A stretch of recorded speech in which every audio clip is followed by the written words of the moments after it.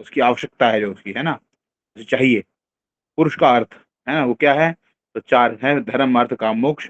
मैं अब निवेदन करूंगा अपने सभी प्रतिभागियों से, पहले अपने अपने विषय रख लें इस विषय पे।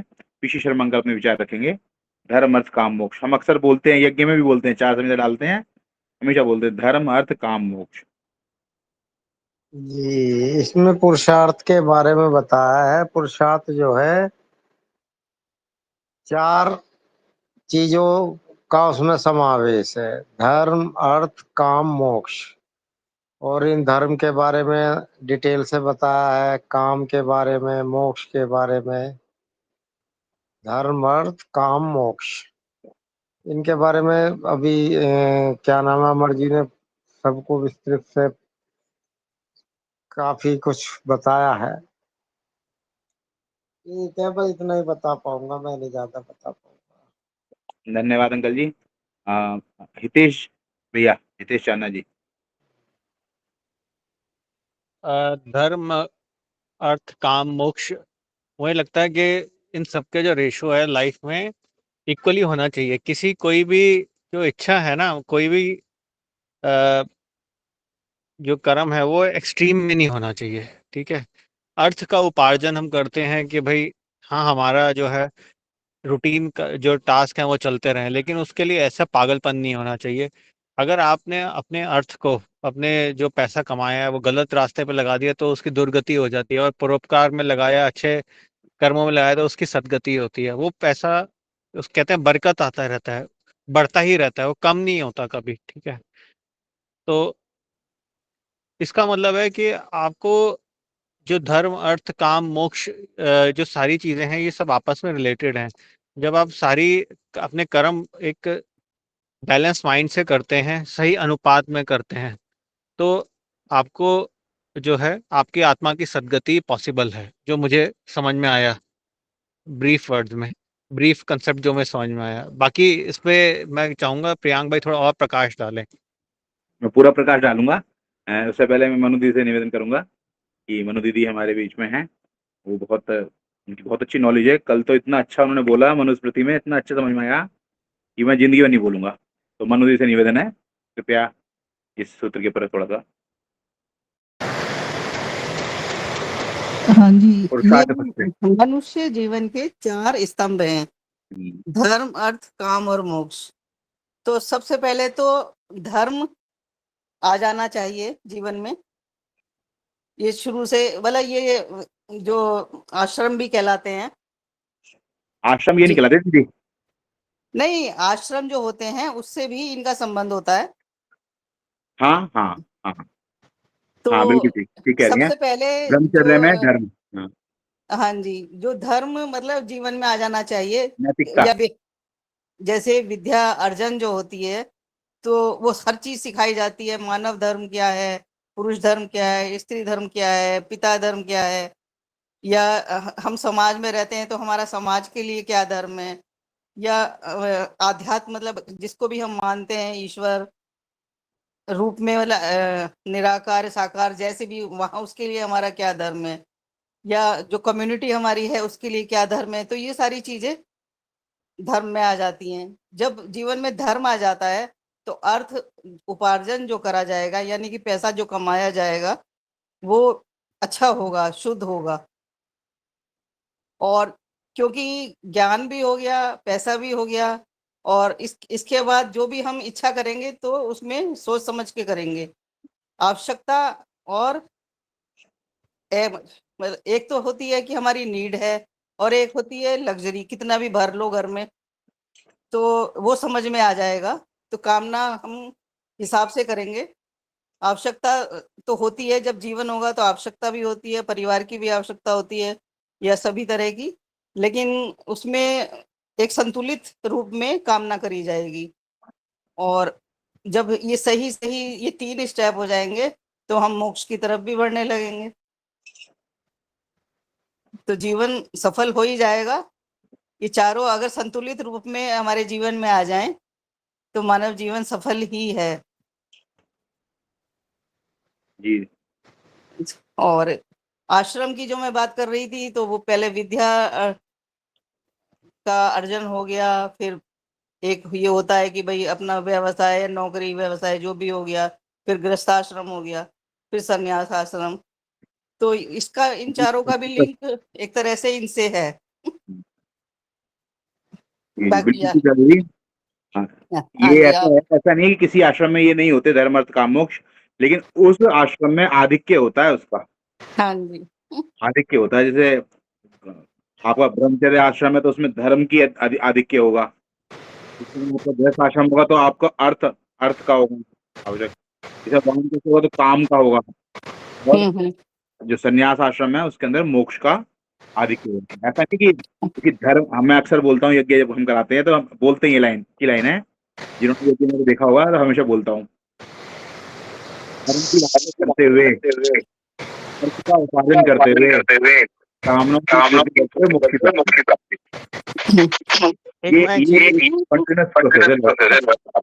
हम जो धर्म मतलब धारण किया जाए, जैसे अपने शास्त्र में बताया धर्म के, क्षमा तमोस्ते अस्ते शोचम इंद्रिय निग्रह धीर विद्या सत्यम अक्रोध, है ना, ये तीन लक्षण है धर्म के। धर्म का ये था हिंदू मुस्लिम, ये था कि हम कुछ धर्म मतलब जो हम नैतिकता।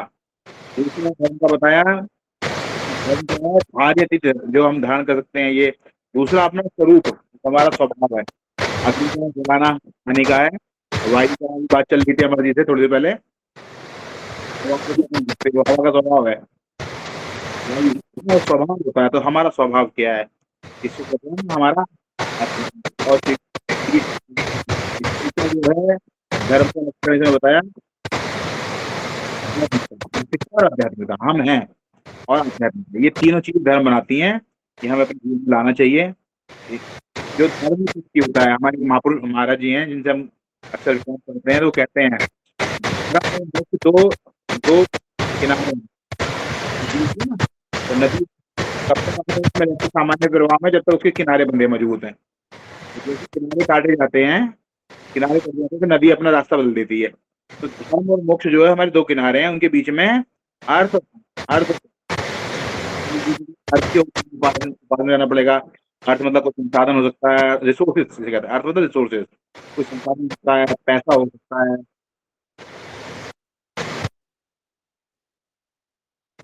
हाँ, मनु दीदी का थोड़ा एक बार म्यूट करना पड़ेगा। हाँ, तो धन मतलब कोई भी संसाधन हो सकता है, कोई कोई वस्तु हो सकती है, उस धन की आवश्यकता पड़ रही है हमें कोई भी।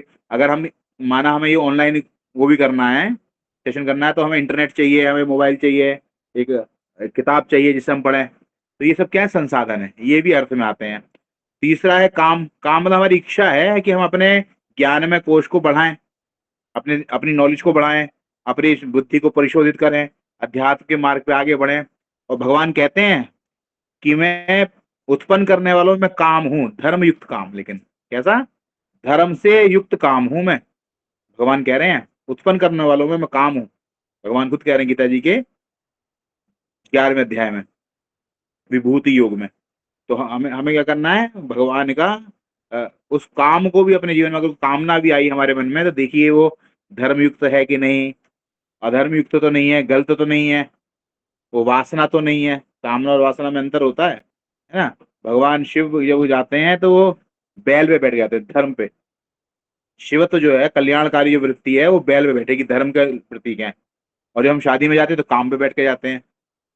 तो जहाँ काम है वहाँ राम नहीं, जहाँ राम है वहाँ काम नहीं। तो हमारे अंदर धर्म युक्त काम हो केवल, है ना। दूसरा, इन सब का परम लक्ष्य क्या है, वो है मुक्ति। ये जो पहले वाले तीन थे, वो तीन थे भौतिक। देखिए, धर्म किसका होगा, शरीर का होगा। आत्मा का क्या धर्म है, आत्मा को धर्म दे सच्चिदानंद, ये धर्म है ना।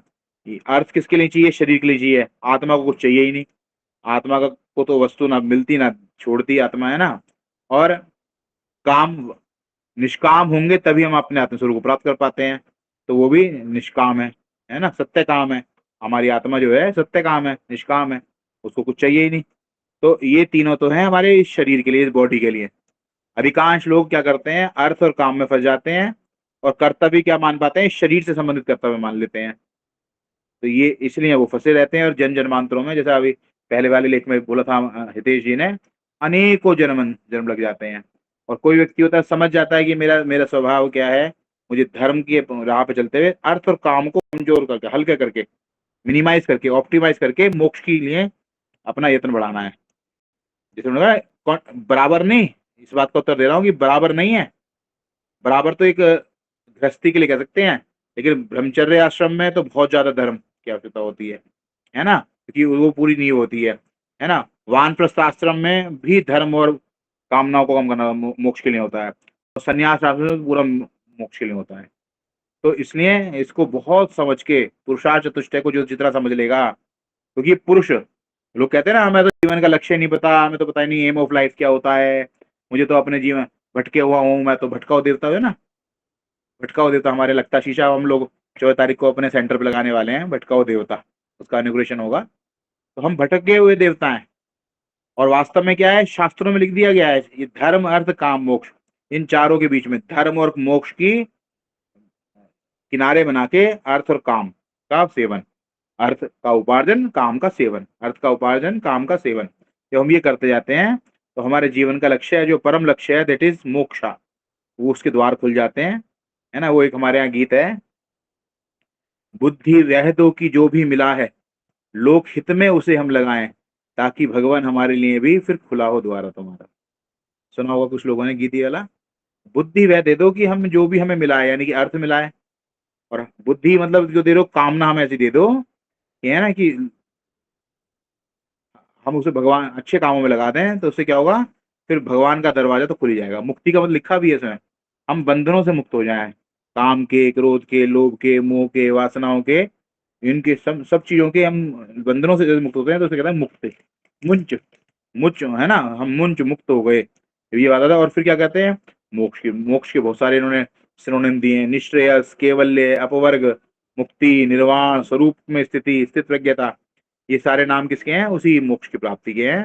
जब हमें प्राप्त हो जाता है तो उसके बाद तो आनंद ही आ जाता है, हमारे जीवन का दिशा धारा बदल जाती है, और ध्रुव पद, पहले वाले लेख को अगर हम देखें, ध्रुव पद की प्राप्ति हो जाती है अगर हम पुरुषार्थ चतुष्टय को अपने जीवन में धारण करते हैं। इसलिए अपने आप को धर्मयुक्त जीवन जीना, अपना जो कर्तव्य है हमारा, और सतवृत्तियों को जीवन धारण करना, अर्थ का उपार्जन करना धर्मयुक्त होना चाहिए, वो भी कामनाओं की पूर्ति करना वो भी धर्मयुक्त होना चाहिए, और ये सब तीनों चीजें हमें ले जानी चाहिए मुक्ति की ओर। हम धीरे धीरे बंधन मुक्त हो जाए, साफ होते जाए और क्लीन हो जाए, क्लींजिंग होती जाए हमारी, और हम भगवान की गोद में बैठने लायक बन जाएं। यही पुरुषार्थ चतुष्टय का उद्देश्य भी है, और ये हमारे जीवन में, हमारे जीवन का उद्देश्य भी है। पुरुषार्थ, पुरुष का अर्थ, हम पुरुष हैं तो हमारा अर्थ भी यही है। इसको बहुत अच्छे समझाया। और अब किसी और को कुछ बोलना हो, क्योंकि समय पूरा हो गया है, आज 2 ही लेख हो पाए हैं, क्योंकि बड़ा लेख था ये, लेकिन बड़ा महत्वपूर्ण, दोनों ही, एक कथानक था और एक पूरा सिद्धांत था। अगर किसी को कुछ बोलना हो, शर्मा अंकल, मनु दीदी, हितेश भैया,